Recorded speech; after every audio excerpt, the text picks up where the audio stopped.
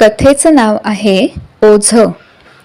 परी एक छोटीशी चुणचुणीत मुलगी होती.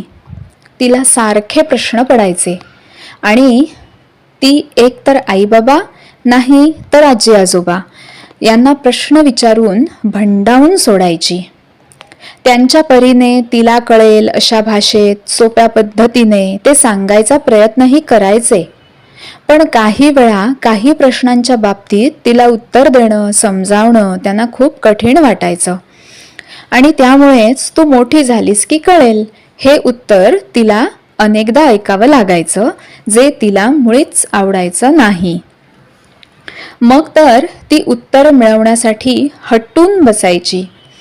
तिला कायमच एका गोष्टीचं नवल वाटायचं की लहान मुलांना आणि मोठ्यांना वेगवेगळ्या प्रकारे का समजावतात आणि मग मी कधी मोठी होणार हा तिचा प्रश्न असायचा आणि यावर तरी काय बोलावं हे तिच्या पालकांना कळायचं नाही.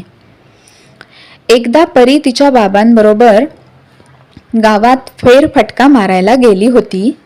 तेव्हा तिला दिसलं की एक बाई हिरवं गवत कापून त्याचे मोठे मोठे भारे बांधत आहे.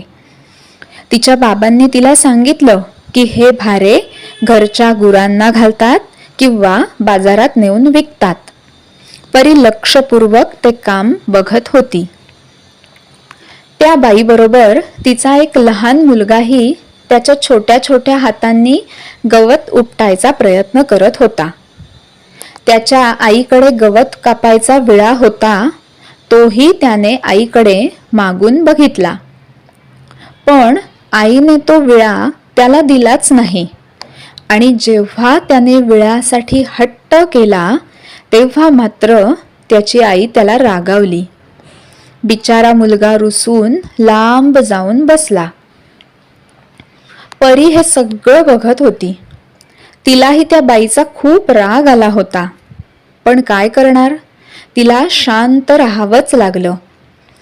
जेव्हा त्या बाईचं गवत कापून पूर्ण झालं तेव्हा तिने गवताचे 2 भारे बांधले, एक मोठा आणि एक छोटासा. मग खूप प्रेमाने तिने आपल्या मुलाला हाक मारली. मोठा भारा स्वतःच्या डोक्यावर घेतला आणि लहानसा भारा त्याला घेऊ दिला.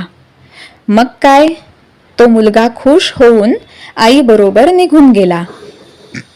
हे सगळं बघून परी मात्र थोडीशी अस्वस्थ झाली.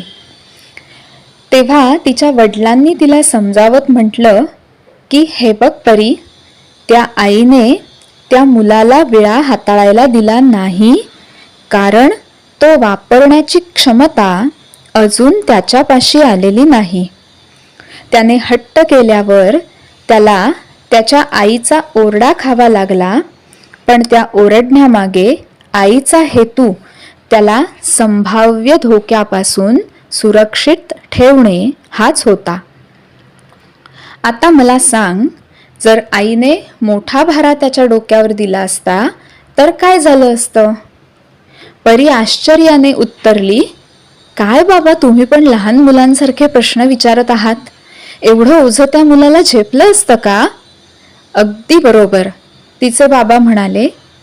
तसंच जेव्हा आम्ही तुला म्हणतो ना, तू थोडी मोठी झाल्यावर तुला या गोष्टी कळतील, तेव्हा आम्हालाही तुझ्या गरजेपेक्षा जास्त ओझं, मग भले ते माहितीचं का असेना, कमी करायचं असतं आणि तुला झेपेल कळेल इतकीच माहिती तुला सांगायची असते.